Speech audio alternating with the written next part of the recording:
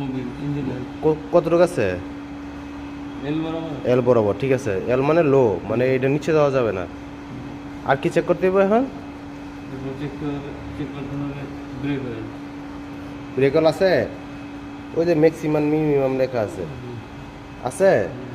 আচ্ছা, আর তারপর চেক করতে হবে রেডিয়েটরের পানি, হ্যাঁ চেক করেন। গুড, আছে? ঠিক আছে, লাগান। চাপাচাপি কিছু না, হ্যাঁ। আচ্ছা, আর হচ্ছে পাওয়ার অয়েল আছে কিনা?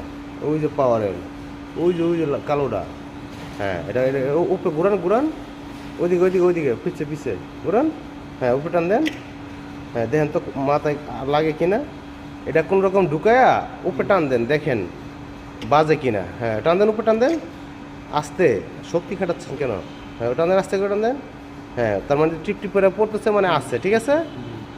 ঠিক আছে, আসেন। তাহলে সকালবেলা প্রাথমিক দাগগুলো হচ্ছে মোবিল চেক করা, engine oil, break oil, radiator পানি, এটা অবশ্যই চেক করতে হবে। কারণ একটা নতুন চাকরিতে ইন্টারভিউতে গেলে এটা অবশ্যই করা লাগবে, মালিকটা দেখে যে আপনি এগুলো দেখছেন কিনা, ঠিক আছে ভাই? হ্যাঁ। আচ্ছা, ওকে।